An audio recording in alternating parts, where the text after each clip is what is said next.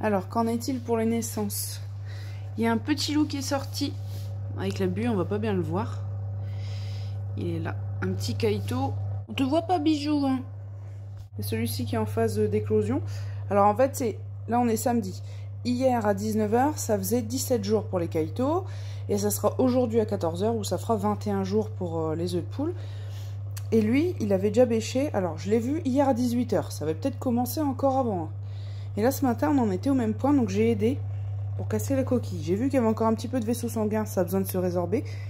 Mais ça arrive souvent des petits qui avaient réussi à percer la poche d'air, etc. Puis qui meurent comme ça dans l'œuf, dans la coquille. Donc je dis, je vais lui donner un petit coup de main. Là, il y a beaucoup de condensation sur les parois, c'est parce que j'ai mis un petit coup de pchit. C'est juste de l'eau, hein, de l'eau simplement. Pour pas, déjà que lui, sa membrane se dessèche, et puis que les autres... on rajoute un peu d'humidité. Là, on est à 71. Si je fais rien, on est à 68. Bon, c'est pas catastrophique, mais bon. On va dire l'idéal, c'est 70, 75. Pourtant, le fond hein, de la couveuse, tout est rempli d'eau, bon, comme d'habitude. Alors voilà, donc les œufs de caille, il y en a 9 qui ont été mis à plat. Quand je disais qu'il y avait beaucoup de vieux œufs, qu'il fallait pas s'attendre à des miracles, mais c'est encore pire que ça, il y avait des œufs de 4 semaines. Chez les cailles, 15 jours, au-delà de 15 jours, franchement, c'est quasiment plus la peine. C'est juste que moi, ça me coûte pas plus cher d'avoir une couveuse bien remplie que pas remplie, hein, au cas où. Déjà, entre 9 et 15 jours, la fécondité chute drastiquement. Alors là, vous imaginez des œufs qui vont jusqu'à 4 semaines. Parce que la dernière semaine de récolte des œufs de caille, et je dirais même les 10 derniers jours, j'avais plus qu'un seul œuf par jour, voire 0. Ça tombait bien. Là, je suis revenue à 2 d'ailleurs. De toute façon, je continue à mettre tous leurs œufs de côté. Et je lancerai une couveuse après. Sur les œufs de poule, sur les 5, il y en a 4 qui ont été mis à plat. Finalement, le seul, donc il y avait eu un développement embryonnaire et ça s'est arrêté, c'est celui qui était déformé. Donc, de toute façon, celui-là, il avait l'air d'avoir une coquille super épaisse, mais je serais inquiétée sur le déroulement de la naissance. Donc voilà, les 4 autres, écoutez, j'avais rien vu d'anormal, ils ont été mis à plat. Et eux, ils sont pas encore à 21 jours, faut encore attendre un petit peu. Le petit qui est né et qui piaille, son œuf est du 27 septembre. Alors comme ça a été mis dans la couveuse le 3 octobre, il avait 6 jours cet œuf-là. Mais c'était lui, le premier à avoir bêché, mais vous voyez, c'est pas lui le premier à être éclos. Alors j'espère que le petit piou il bouge, mais je vais essayer de vous donner un petit coup de lampe torche.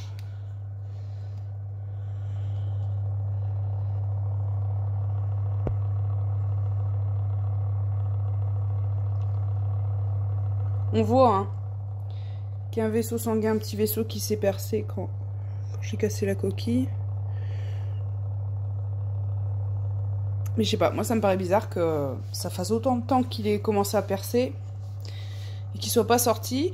C'est qui tout double, hein. Si je donne pas de coup de main, de toute façon, on est mal barré aussi, j'ai l'impression. Et le petit père...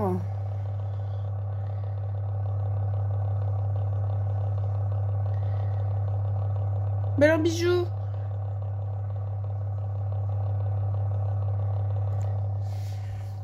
Donc voilà. Petite couvée, hein. Mais là, on attend, on est en plein dedans.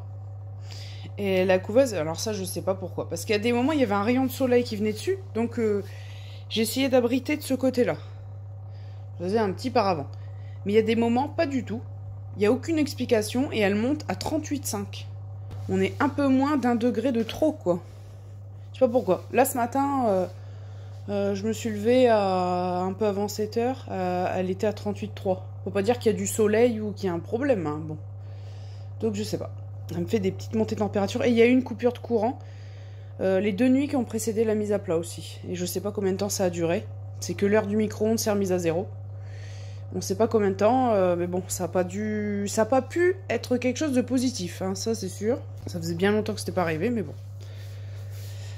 Alors sinon, vite fait un petit tour. Donc j'ai eu ma commande Willems.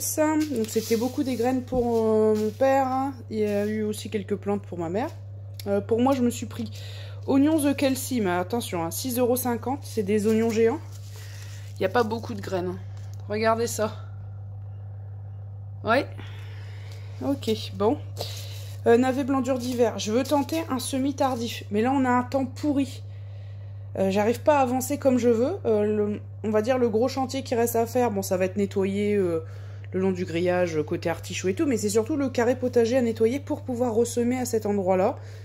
Il y a plein de trucs que j'ai pu faire, mais ça, j'ai pas pu avancer à cause du temps. Mais j'aimerais bien faire, même si c'est très tardif, j'aimerais bien tenter le truc. Et ça, c'est du lin. Ça, c'est pour les poules, leur donner du lin à manger. Alors, le lin classique, c'est le lin bleu. Mais ils n'en avaient pas au Willems. Ça, c'est du lin où vous pouvez faire des vêtements avec. Du lin à tisser. Les graines sont comestibles. C'est juste qu'elles sont... Si c'est pour une consommation humaine, elles sont un peu plus fortes en goût. Et par contre, elles sont encore plus riches nutritionnellement. Par contre, il ne faut pas prendre du lin vivace. Du lin vivace, il y a une toxine dans les graines, alors, ou à moins de les faire chauffer à une certaine température. Ça, c'est une plante qui fait ses fleurs, qui fait des capsules dans lesquelles vous récoltez les graines et tout, et après qui va mourir, ou se ressemer. Mais vous voyez, c'est pas des vivaces du tout, quoi. Ne prenez surtout pas du lin vivace si vous avez pour but de récolter des graines pour la consommation, alors pour vous ou vos bêtes. Laitue merveille d'hiver, je vais tenter un semis. Chicorée Carole, cornet de Bordeaux. Rutabaga, on est en dehors des clous totalement là. Hein. Mais je vais pas en mettre de trop pour pas trop gâcher. Je veux juste faire une petite tentative. Par contre, ça sera plutôt de bonheur en saison au printemps. Enfin, si on n'a pas un printemps trop sec. Navet de Croatie se développe en 2 mois. C'est ça qui est bien. Mais là, maintenant, c'est pas la peine. Chicorée Carole, cornet d'Anjou, ça, je voulais en mettre. Sauf que le problème, c'est que c'est un peu fragile quand même par rapport au froid. Alors que celle-ci, normalement, cornet de Bordeaux, ça devrait aller mieux. Ce sera peut-être pour le printemps plutôt. Voilà, j'ai encore ça à tester. Alors, pas les oignons, hein, ni le lin, hein, bien sûr. Et qu'est-ce qu'il y a d'autre? Ah oui, alors, Willems, j'ai eu un kiwi. Le kiwi, il n'a aucun bourgeon, il n'a pas de feuilles, rien du tout. Alors c'est un kiwi Isai, donc auto-fertile. J'en ai un, hein, il est encore avec des feuilles, etc. Là, je peux pas vous expliquer pourquoi est-ce qu'il arrive comme s'il sortait de la Sibérie, là. Il n'y a déjà plus de feuilles, plus rien. Ouais. On va prier pour que ça se passe bien pour la reprise. Ici, c'est reste. Alors, rien que 2 jours dans le carton du colis, ça fait la tronche. J'essaie de le faire... ravigoter un petit peu. Bon là ça c'est des graines que je fais fermenter, c'est du cornichon du Mexique ça. Et j'ai trouvé épinards fraises, j'ai encore d'autres tiges hein. Donc là je fais sécher pour les graines.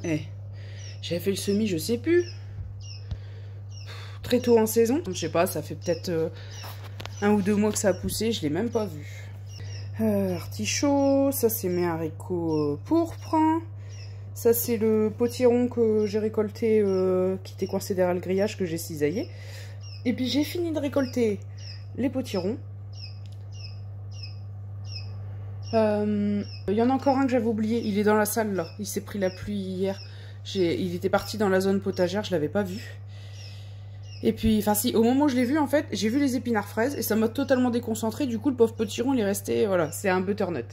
Donc il faut rajouter le potiron qui était coincé derrière le grillage que j'ai dû cisailler, le butternut qui est là dans la salle en train de finir sécher, puis il y avait aussi 3 bébés.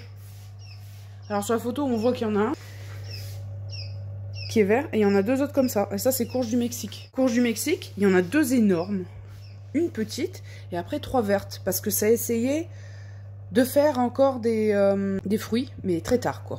Ensuite ça c'est une racine de forbe Hercule que j'essaie de faire... une racine nue que j'essaie de faire revivre, c'est pas évident. Du gingembre que j'essaie de faire pousser. Je l'ai fait tremper 24 heures, même un peu plus de 24 heures. Mais normalement, c'est 24 heures dans un bol d'eau pour essayer de lever le produit germinatif qu'ils mettent dessus. Et puis, réhydrater le tubercule pour que ça pousse plus vite. Donc ça, c'est en route. J'ai acheté des échalotes. Ah, ça, c'est des traditionnels. Moi, je veux tenter de les mettre aussi. Mais ça, c'est des trucs de consommation. Je vais tenter de les mettre au potager. 1,50 €, ça me coûte pas grand-chose. Et ail violet, mais ça, c'est de consommation, que je veux mettre aussi. Et là, c'est pareil. Hein, les semis là que je vais encore tenter, et ça, c'est dans la zone potagère que je dois encore nettoyer. Hein. J'ai commencé, hein, mais bon. Et je me lance dans les yaourts depuis hier soir. Donc là, j'ai goûté. Hein. Ça va, c'est pas raté. J'avais peur. Je dis, oh là là. Donc, ça fait un moment que je voulais essayer. Puis en fait... hier, on passait à Auchan pour toute autre chose. Et déjà, c'est pas très cher. C'est tout simple. Hein. C'est on-off le bouton. Forcément, vous pouvez pas programmer. Il faut être là pour mettre en route et puis arrêter. Et donc là, il y a 7 pots. Vous pouvez mettre dedans. Et puis, c'était en promo. C'est encore, d'ailleurs, jusqu'au 23 octobre, la promo, si ça vous intéresse à Auchan. Donc je vais arrondir à 1 centime près. Hein. C'est 12 € au lieu de 17 €, si ça vous intéresse. Donc du coup, hier soir, je me suis lancée dans les yaourts. Donc vous verrez pas grand chose parce qu'ils sont bien remplis, les pots. Et ça va, ça a figé. J'ai fait que du lait entier. Du lait entier, c'est 8 heures dans la yaourtière. Du demi-écrémé, c'est 10 heures. Et de l'écrémé, 12 heures. Forcément, plus le lait va être écrémé, moins le yaourt va être ferme. Donc il y en a rajoute de la crème fraîche ou bien du lait entier en poudre. Mais moi, j'ai pas fait. J'ai fait un truc tout simple, c'est-à-dire que 1 litre de lait entier, un tout petit peu moins. Sinon, ça va déborder des pots. Alors vraiment, je mets pas le litre de lait au total, mais presque. Donc 1 litre de lait entier. Un yaourt, la laitière, mais ça peut être avec un yaourt, vous savez, les yaourts super classiques, les yaourts nature, mais très classiques. Mais il faut un yaourt, comment vous dire, qui ait cet aspect figé. Si la laitière pot en verre, ou ces yaourts dans les pots en plastique nature, mais totalement simple, ce qu'il y a de plus simple en yaourt. C'est des yaourts avec des ferments lactiques, vous avez besoin de ces ferments pour vous faire votre yaourt. Sinon, des sachets de ferment lactique en poudre. Je ne sais pas du tout dans quel rayon ça se trouve, par contre, mais bon.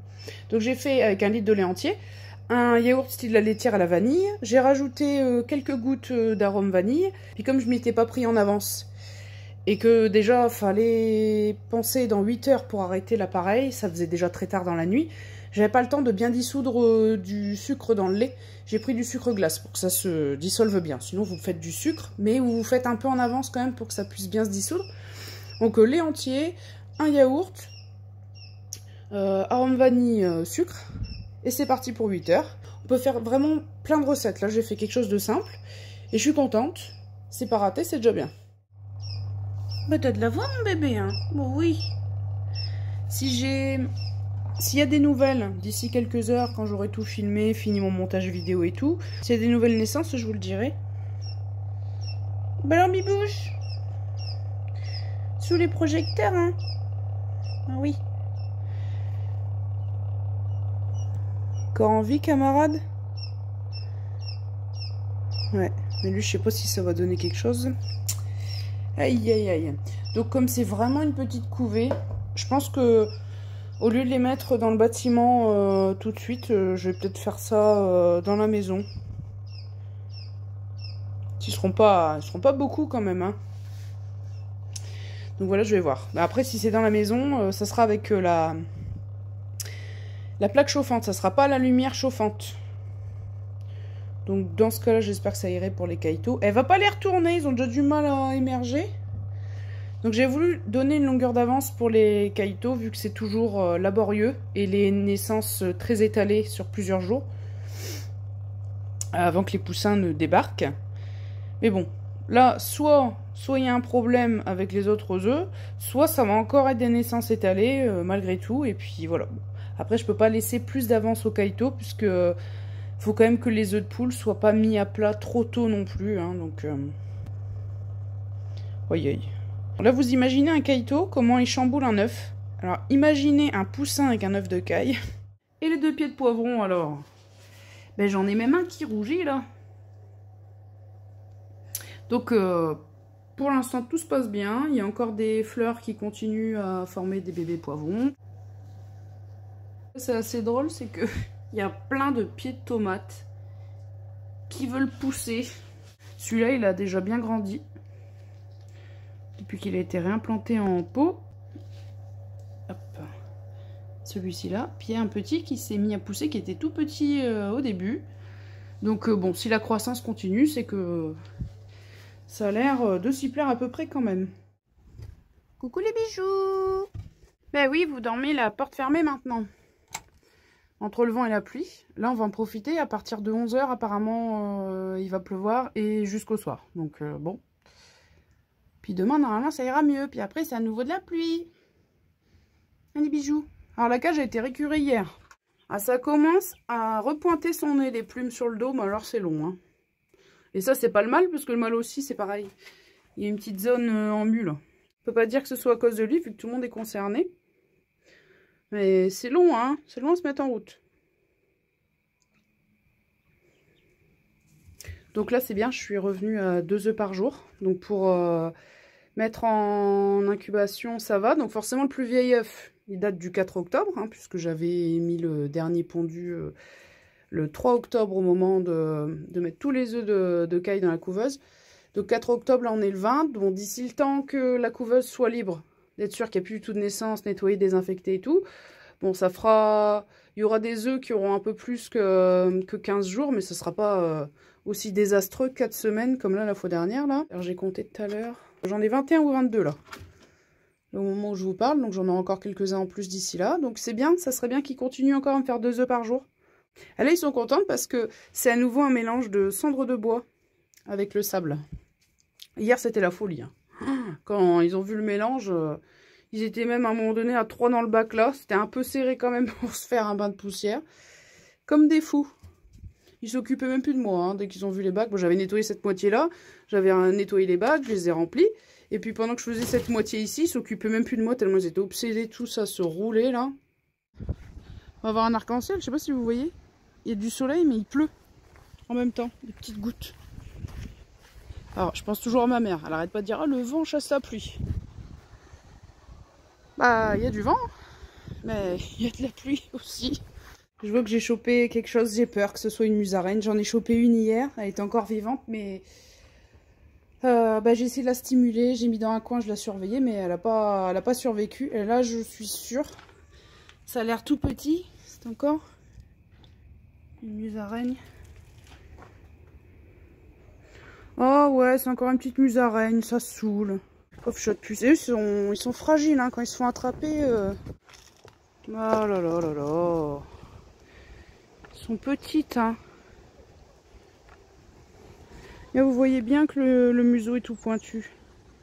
Il y a presque... Ils sont quasiment aveugles. Ah, c'était une fille. Ah, du brun. Parce que de temps en temps, je chope des campagnols aussi. Alors, si j'arrête de piéger... Mais le problème, c'est que, voilà... Quand ils se font choper très tôt dans la soirée, souvent, ils passent pas la nuit dans le piège. Bon, bah, du coup, je vais arrêter de piéger ici pour le moment. Parce que ça me fait mal au cœur de choper des musaraignes. Et là, je vois qu'elles sont toutes de sortie ici. Donc, j'ai plus envie d'en attraper. Je vais piéger dehors parce qu'il y a des endroits, je sais qu'il y a des campagnols, y compris dans le kéol. Pour l'instant, j'en ai chopé qu'un, mais il était énorme.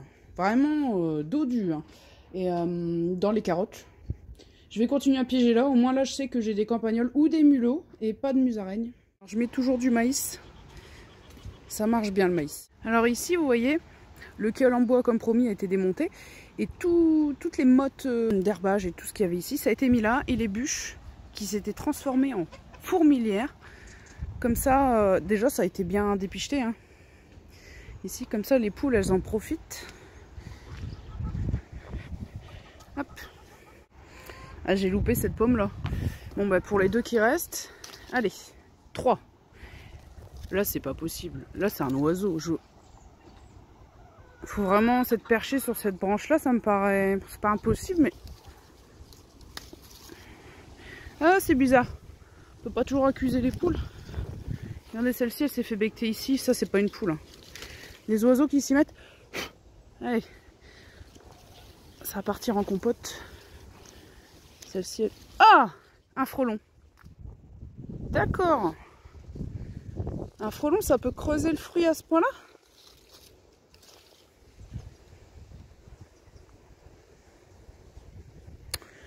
Bon, ça fera plaisir aux poules. Donc Nina nous fait un jabot bouché, mais alors, c'est pas avec de l'herbe, c'est avec des cailloux. Et ça fait au moins 5 jours que je lutte. Enfin hier soir, son jabot, il y avait beaucoup moins de grittes et de cailloux dedans, mais j'en ai senti un gros, et c'est celui-là qui bouche. Alors j'espère qu'il finira par passer tout seul. Allez-y les biches. Je m'étais déjà fait la réflexion, je dis, ils sont quand même assez intelligents pour pas manger des cailloux qui leur semblent trop gros. Bon, j'ai ma réponse, hein, visiblement. Bon, Nina n'est pas encore sortie. Ça me rassure pas. Ah si. Bah, je l'ai pas vu. Bah, depuis hier matin, elle pète le feu. Alors c'est vrai que là, ça s'est bien évacué, les petits cailloux qu'il y a dedans. Alors à moins que, j'aurai peut-être confirmation ce soir, je me suis dit, il y a peut-être possibilité que ce que j'ai senti hier, ce soit un grain de maïs. C'est pas impossible. Et je le saurai ce soir en tout cas. Il y a peut-être une amélioration réelle depuis hier. Mais c'est vrai que là, elle est vive. Hein. Elle était souvent dans son coin, un peu recroquevillée. Et elle a beaucoup maigri, hein. Ça va vite. Hein. D'habitude, le matin, là, je lui prépare sa petite gamelle de miettes pour gibier. Donc là, j'en ai racheté hein, pour les petits caïtos. Bon, pour l'instant, j'en ai qu'un, mais enfin. Et puis, dans les graines fermentées, ce seau-là. L'autre, je l'ai enlevé parce que comme je viens de le mettre à fermenter hier, il y a encore de l'orge qui flotte. Alors, j'ai pas envie qu'elle mange de l'orge puis qu'elle se pique avec en plus. C'est qu'en fait, j'étais un peu dans les nuages et puis j'avais commencé à mettre le mauvais mélange à fermenter. C'est-à-dire là où il y a des granulés. Donc en fait, dans le jus des graines fermentées, il y a aussi... alors ça va se voir quand on touille. Alors, Bella en ce moment, elle est acharnée. Bah oui, mais c'est pas pour toi, c'est pour Nina normalement. Hein? Traitement de faveur là. Elle a bien repoussé ses plumes, hein, quand même. Faut se contenter. Mais ça se voit quand je touille. Il y a du granulé dissous dedans aussi. Donc c'est bien tombé. C'était pas voulu à la base. C'était avant que Nina ait son problème. Nina, là, je la laissais boire. Comme ça, elle buvait. Puis je le remuais régulièrement. Comme ça, elle buvait du granulé liquéfié aussi avec le jus de boisson. Plus les miettes de gibier. Mais là, c'est vrai que depuis hier, elle est en forme. Elle cherche moins à venir. Elle part vadrouiller. Nina, t'es où? Moi, je préfère ça que la voir dans le coltard. Hein.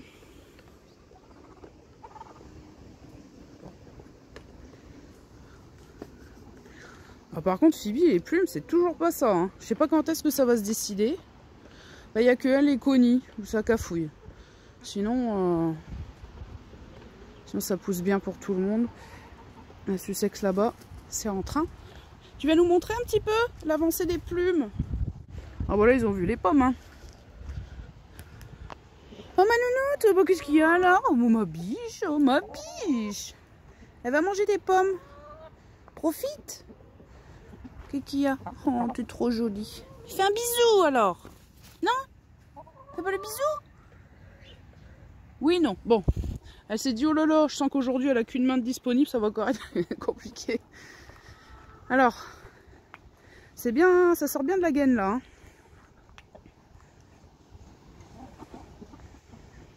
Donc c'est bien. C'est surtout Phoebe que ça, je sais pas, ça se met pas en route du tout la repousse. Parce que le froid, ouais, le froid il est arrivé d'un coup. Alors Nina, mon bijou. Ah, elle gratte et tout. Alors hier, ce qui l'a déjà bien requinqué, c'est qu'elle a mangé plein de vers de terre. Coucou Connie. Avec la pluie, ils étaient tous ressortis. Puis là, c'est pareil, là, c'est ce qu'elle cherche. Ce qu'elle cherche à tout prix. Bon, ça va mieux, hein, mais c'est toujours sous surveillance. Donc là, elle fait beaucoup de caca liquide. C'est parce que, déjà, elle boit beaucoup de jus de graines fermentées. C'est ce qui passe le mieux dans le système digestif, tout ce qui est humide, etc. Et après, je la vois beaucoup chasser des vers de terre et tout ça, mais elle cherche moins à manger du grain. Après, voilà, si elle a le jabot qui se bouche, c'est peut-être pas plus mal. Et puis moi, je lui donne des granulés quand elle veut bien. Là, ce matin, c'est vers de terre et pommes. Mais bon, déjà, elle est active. Donc on va... Coucou Glouglou. On va continuer à surveiller tout ça. J'espère qu'ils ont la présence d'esprit de savoir ce qu'ils peuvent manger ou pas. Mais déjà, le plus gros du grid qui s'est évacué, c'est déjà un bon point. Bon, alors, ça suffit? Bah oui, non, mais c'est pas pour toi en plus, normalement. Hein. Ah oui, bah t'aimes bien les miettes gibier. Allez, la biche. Donc, on a retrouvé des copeaux. 13,90, on est revenu au prix normal à gamme vert. C'était le Holspan hein, qui coûtait 18,90. Elles sont revenues à celle-ci de marque, enfin de non-marque. C'est déjà mieux. Donc comme ça, les cailles, c'est surtout les cailles, j'aime bien leur mettre ça. Et puis bon, les poules, c'est toujours le chanvre. Ah oui, j'ai acheté un applicateur de terre diatomée. Ça, vous portez un masque ou vraiment vous protégez bien le visage. Hein. Encore plus que d'habitude. C'est juste pour faire la démo. Vous voyez? Ça gâche moins. Voilà, comme j'ai pas de masque ni rien, je m'éloigne. Ça gaspille beaucoup moins. Et voilà, je me suis dit ça valait l'investissement. Et même au potager, j'ai essayé sur les chenilles, ça marche pas. Non, Connie, non. En fait, il y a eu du gel, donc ça c'est au matin du 16 octobre là. Je crois que c'était lundi le 16. On en reparlera après. Et puis, j'espère que les chenilles, le point positif, c'est qu'au moins ça les a grillées. Le lendemain, j'en ai revu que 2. Mais après, le surlendemain, j'en ai chopé 6. Bon, là, je les ai chopés manuellement et tout. J'avais essayé de mettre un peu de terre diatomée, tout ça, mais ça n'a pas l'air. Il y en a une que j'ai retrouvée pleine de terre diatomée, encore vivante le lendemain. Je me suis dit, je vais tester. Localiser comme ça, mais sur les chenilles, ça n'a pas l'air très efficace. Bon, allez, Susu. Susu? Oui, oui, oui. Oui, oui, dehors, merci. Donc voilà, j'ai acheté ce petit truc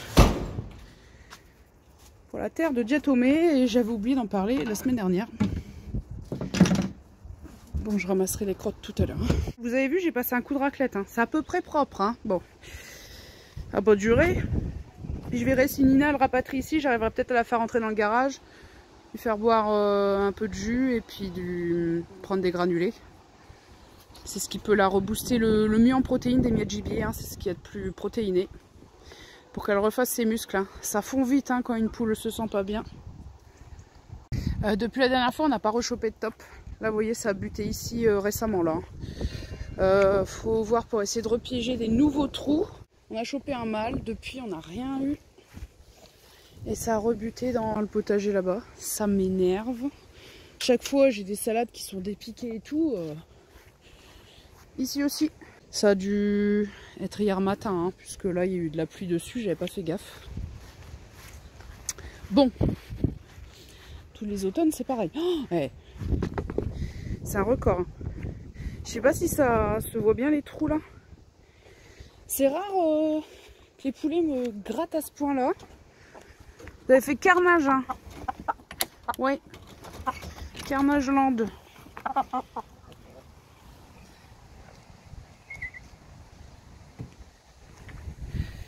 Ben Bertha là, la non connue rousse, elle aimait pas trop les graines fermentées. Et maintenant c'est parti. Bah, Connie, pardon, la fille de Connie, donc tu vois, j'ai essayé de lui nettoyer les fesses, mais j'arrive pas à lui faire. Faut que je coupe les plumes si je veux enlever sa crotte sèche. Là, ça fait un moment qu'elle a ça, mais j'ai pas réussi à l'enlever autrement que. Bah, là, faudrait que je coupe quoi. Je ne sais pas. Hop. Je cale. Qu'est-ce que t'as? Regardez. Hein? Tu fais le malin avec moi, mais pas avec les poules. Hein. C'est marrant ça. Ouais, son petit caractère. Attends, je te mets les graines. C'est ça que tu veux? Regarde s'il n'y a pas d'œuf. Non. Alors, je sais pas s'il y a le pont. Hein. Ça commence à paraître un peu long là, mais je peux pas dire. Si un jour j'en ramasse 4 dans la même journée, au moins je serai fixée. Donc j'ai 2 ou 3 œufs par jour. Et les poules hier, j'ai eu 4 œufs. C'est pas une dinguerie. Ouais, en ce moment avec la mue et tout. Le froid, le gel, machin. C'est pour ça qu'au début, Nina, elle se sentait pas bien. Je me suis dit, ça a correspondu à ça. Elle est là, tiens, d'ailleurs. Ça a correspondu au jour où il faisait froid. J'ai dit, tiens, c'est peut-être ça qu'elle supporte pas, qu'elle se recroqueville. Mais après, j'ai vu quand je l'ai attrapée facilement, je dis, oh, il y a vraiment un truc qui va pas. Donc au début, des tambouilles, avec de l'œuf, de l'huile, jus de lentilles, des vitamines, tout ça, en massant pour essayer de faire passer. Puis je vous dis, depuis hier, ça a l'air d'aller mieux. Et voilà, ça se confirmera peut-être ce soir. Si hier, c'était un grain de maïs ou un gros caillou que j'ai senti, mais je sais pas. J'ai pas senti tout le reste des coquilles que je sentais à la palpation. C'est déjà bien. Bon, on va faire un petit tour potager, tout ça. Donc, vous voyez peut-être l'avancée. Je pense que d'ici la prochaine fois, vous verrez encore plus le champ qu'il y a derrière. Parce que pour poser la clôture, le grillage, ça a commencé à être dégagé là. C'est pas qu'on aime le fait que ce soit dégagé, c'est qu'il n'y a pas le choix. Hein. Si on veut faire les choses bien, puis ça repoussera, on replantera des trucs. Alors les seuls arbres qui restent, c'est ceux qui resteront. Et tout a été déblayé. Donc il y aura encore les grosses souches à dessoucher. Puis après pour le reste, je vais essayer de négocier pour que, je sais pas, les arbres à pin là, hein, si on les déracine pas, on va jamais s'en sortir. Alors ça, je suis pas trop en accord avec mon père là-dessus. Alors je sais, c'est du boulot, c'est pénible et tout, mais pour moi, il faudrait déraciner tout ça. Alors je sais pas. Je sais pas encore comment ça se passait, mais déjà, ça a bien avancé. Tout a été découvert. Alors à cette zone-là, sur le coup, quand il a gelé, je dis vite, il va falloir que je ramasse les endives et tout. Alors mon père dit, oh, je panique un peu pour rien. Les endives, elles peuvent quand même résister à des petites gelées et tout. Bon, c'est vrai que ça va. Ah, ben j'avais même pas vu. Et il résiste au gel, hein. Ah, il y en a encore un autre là. Petit pied de poivron. C'est vrai que le long des Landes, ça ressemble à des piments, mais c'est totalement doux.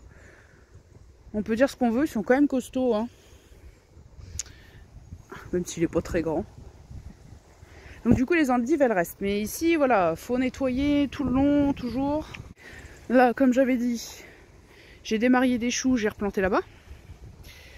J'ai démarié aussi des salades que j'ai replantées au bout aussi. Et j'ai compris pourquoi il y avait une grosse zone où il n'y avait plus rien ici. C'est qu'en fait il y a une galerie tout le long comme ça. Campagnol ou top, mais c'est proche de la surface. Alors moi je dis à mon père, je pense plutôt à des campagnols. Il me dit oh des tops ça peut faire quand même des galeries en parallèle peu profondes. Alors je sais pas. Donc ça a rebuté ici. Là c'est un peu effondré, ça avait rebuté là. Donc à chaque fois j'ai bougé des salades et tout. Le premier trou c'était ici, puis voilà ça a gagné là. Alors épinards, c'était les moins beaux ici. Il n'y en a pas beaucoup qui vont reprendre. Hein. Je vous avais montré la fois dernière, donc par exemple il y en a un mini là, deux. Il y aura quelques reprises. Les échalotes, ça y est, le vert il commence à sortir. Ça c'est le deuxième, celui-là on l'avait déjà vu la fois dernière. Il y en a un autre là-bas. Encore le plus gros aussi là-bas. Bon les échalotes, ça y est, ça continue. Donc la galerie elle passe pile ici. J'ai essayé de la foutre un peu en l'air, mais on verra bien. Ça, j'essaie de faire des boutures de groseilliers. J'ai dit ça me coûte rien. De toute façon, je devais enlever quelques branches et tout. Et puis, vous voyez, le frêne, ça, c'est pas voulu. C'est juste des piquets pour se repérer. Le frêne, il pousse ici. J'ai une autre tige là où ça fait pareil. Alors, du coup, en parlant de ça, mon père, il dit, oh, bah, ça tombe. Je vais faire des petits piquets avec des groseilliers. Puis, tu verras s'il y en a qui reprennent. Bah oui, bah on verra bien. Ici, la zone du maïs, on a paillé. Donc, vous aviez vu au début les cannes de maïs qui étaient mixées et qui avaient été mis là. Là, on a paillé avec la pampa. Et là, je suis en train de mettre des crottes de poule et tout. Exactement pareil ici. Et il va falloir de la matière. Surtout là, ici, ça sera la zone des pommes de terre. Encore là-bas, je vais cultiver des trucs. Mais ici, il faut que, au fur et à mesure de l'hiver, j'ajoute des matières. Il y a toujours la canne décorative hein, qu'il faudra mixer, broyer, qui apportera aussi. Là, les physalis, je les ai bâchés. Les physalis se sont pris la gelée. Ça a l'air d'aller. C'est pas évident à faire ça. Hein. Je me suis amusée. En plus, il y a beaucoup de vent en ce moment. Vous voyez, les physalis, ils se portent bien. Là, après, on a un temps pluvieux, venteux, mais c'est doux. Alors, voilà, j'ai bâché. Pour essayer de maximiser le mûrissement des fruits là que j'attends avec impatience. J'ai enlevé les haricots et il y avait en récoltant les graines, il y avait des haricots qui germaient dans la cosse. Je les ai plantés là en dessous. Ça donnera rien, mais ça m'a fait mal au cœur. Puis au pire, ça donnera de l'azote dans le sol et puis c'est bien. Alors c'est ici notre terrier de campagnol. Le trou là. J'en ai chopé qu'un, je n'ai pas rechopé depuis. Mais je vais l'encercler avec l'autre piège. Allez, on verra bien. M'étonnerait qu'il était tout seul. Hein. C'était un gros... Je crois que c'était un mâle. Il était costaud.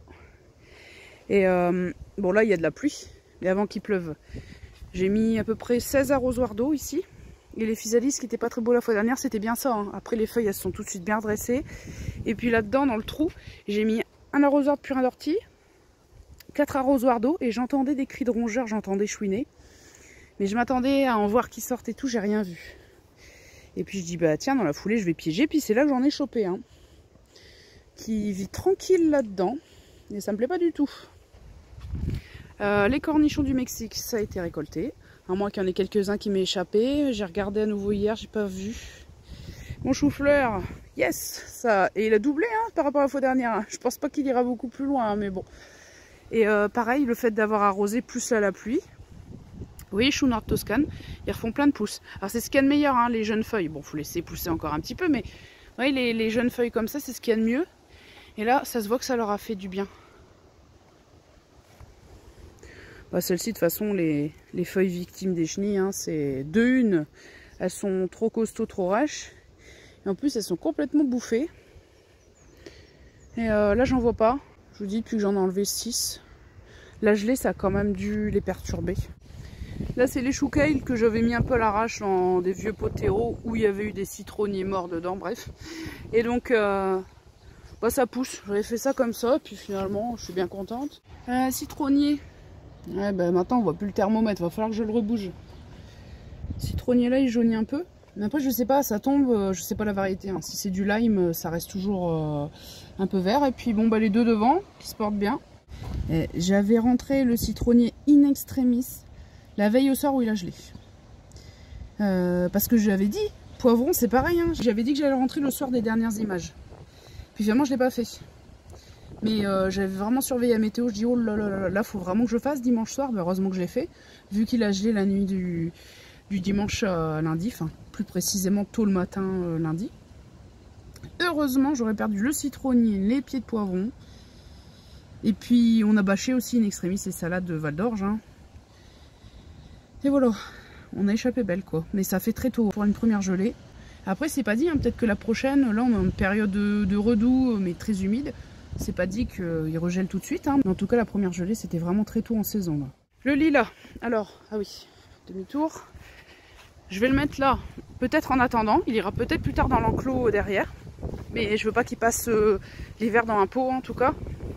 Et ça, mon kiwi, Isaïe, vous voyez, il a des feuilles, etc. et tout. Je ne comprends pas pourquoi celui que j'ai reçu de Willems, il a aucun signe de végétation. J'ai raccourci le bout des tiges qui étaient un peu séchées et tout. Et je suis tombée sur du bois vivant. C'est déjà ça, mais je trouve pas ça normal qu'il n'y ait pas de feuilles. Hein. Donc lui, il va partir là-bas. Oui, c'était nettoyé. Hein. Entre la vigne et les groseilliers, il y a même un framboisier qui a repoussé. Framboisier jaune. Et puis du coup le lilas ira là, parce que de toute façon je suis censée faire un trou dans tous les cas, donc le lilas il ira là, mais je pense pas que ce soit son emplacement définitif. Il faut une zone où on vienne tondre régulièrement autour parce qu'il fera des drageons. J'ai déjà un lilas violet, mais lui il drageonne pas, et c'est vrai que c'était un bonheur, mais bon. Donc voilà, les deux kiwis iront ici. C'est la seule zone non paillée parce que les tiges qui me restaient, elles sont là. De persil tubéreux. J'avais pas récolté les graines parce que c'était pas encore bien mature celle-ci. Je les ai émiettées ici. On verra si ça pousse. Sinon tout le reste c'est paillé. Pareil que le même traitement qu'au niveau du maïs. Je vais regarder les pièges. Non, il n'y a rien qui est à taper ici. J'ai chopé pas mal de mulots et un peu de campagnol. Les fameux épinards fraises. Là, vous voyez ?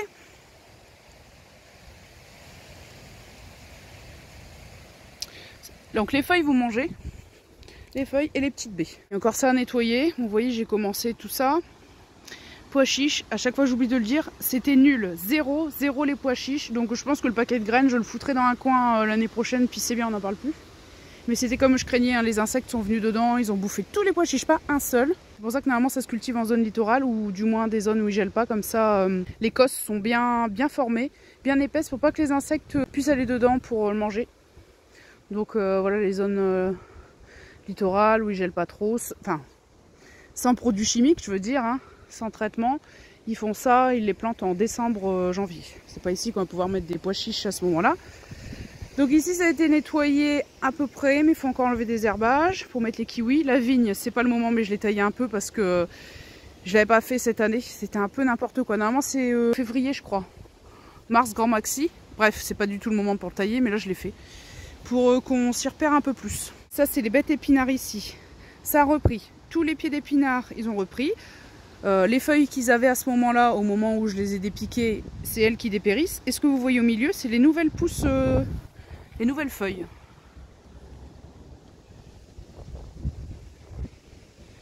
Donc ça reprend. Hein. C'était les plus beaux pieds, donc c'est normal que de l'autre côté, ça soit un peu plus galère. Ici, c'est un test. Hein. J'en ai là-bas les Val d'Orge qui ne sont pas protégées. Celles-ci sont protégées.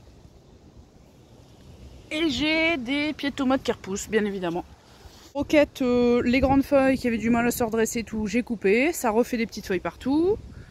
Et puis, bon, la mâche, on attend toujours de voir si ça va germer. Et les radis, j'ai semé, pour l'instant, je vois rien. Et je vois plein de petites graines qui poussent de partout. Je sais pas ce que c'est.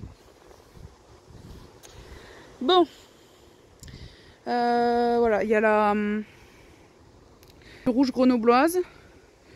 Un peu moche, mais finalement tous les pieds veulent refaire des feuilles. Et là, donc je me suis fait une nouvelle copine. On échange des trucs. Et là, c'est tous des légumes, comment dire, perpétuels. Qui se... Oui, voilà. Poireaux perpétuels. Ici, bon là c'est l'ail, on ne sait pas trop ce que c'est. Donc c'est l'ail pour l'interrogation. Ici, c'est la cive Saint-Jacques. Donc c'est comme de la grosse ciboulette. Et l'hiver, ça reste. Contrairement à la ciboulette où on n'en trouve plus l'hiver. Et ça, c'est bien. C'est même mieux que de la ciboulette du coup. oignons rocambole, donc là j'ai mis les bulbes. Ail rocambole, j'en ai quand même gardé de côté au cas où c'est pas le bon moment pour en mettre. Les oignons ils commençaient à germer et tout, hein, donc il fallait les mettre. Ail rocambole j'ai gardé, ça fait des toutes petites bulbilles. J'en ai gardé un petit peu moins de la moitié, des fois qu'il faudrait en remettre. Et là on attendra de voir si ça sort. Donc j'ai fait ce coin là ici. Bon là c'est un peu le coin poubelle, hein. Bon bref. Parce que là je peux sortir facilement de la maison pour venir récolter ici. Il y a des souches d'arbres, hein. Il y a aussi les fondations du grillage, hein. J'ai essayé de composer un petit peu. C'est une zone que j'arriverai plus facilement à entretenir régulièrement, à venir chercher quand j'ai besoin. Et j'en mets pas dans mon parterre aromatique parce que je suis envahie d'herbe. Donc je reste avec les plantes aromatiques déjà bien développées que j'ai là-bas sur place. J'ai dit il me faut une nouvelle zone mais facilement accessible où je vais pouvoir faire preuve de sérieux pour nettoyer. Donc ici, le long du grillage, il y avait ici cornichons, les potirons là, c'est fini maintenant. Parce qu'ici, ça va être les kiwis. Et ici, potager perpétuel. Donc je trouverai autre chose pour les potirons et les citrouilles l'année prochaine. Le kéol en bois a été démonté. Bon, là, il reste les piquets. Ça fait une petite œuvre artistique en attendant. Tout va être rangé, bien sûr. Donc voilà, plus de kéol. Ici, va falloir raser court, pailler pour agrandir cette zone-là potagère. Laisser juste un petit couloir d'herbe à tondre. Il va falloir déjà détourer aussi. Parce que là, sans le taille-bordure, c'est un peu fouillis.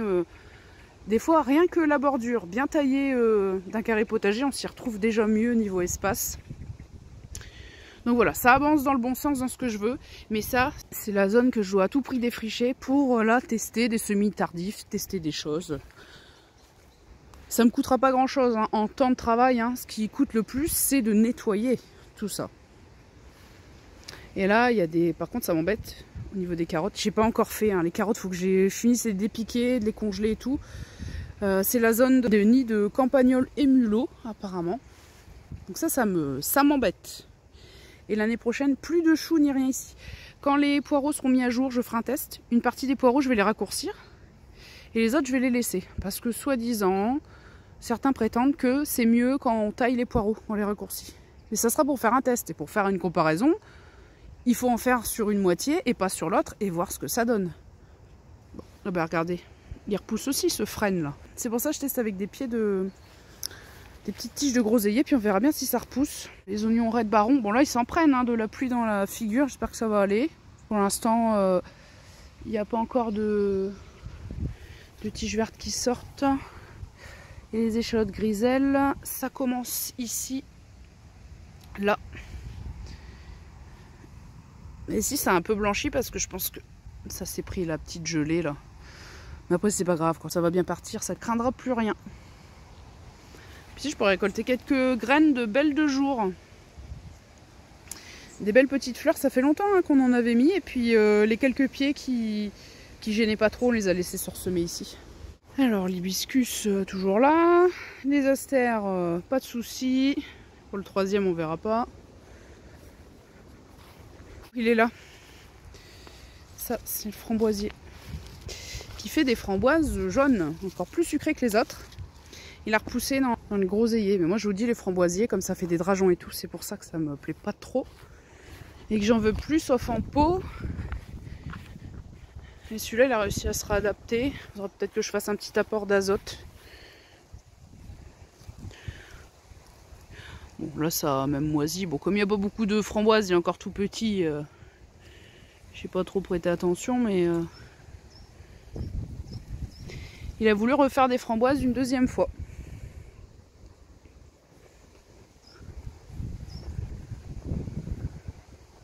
Un poisson. Un peu enchevêtré dans tout ce beans là. Hein.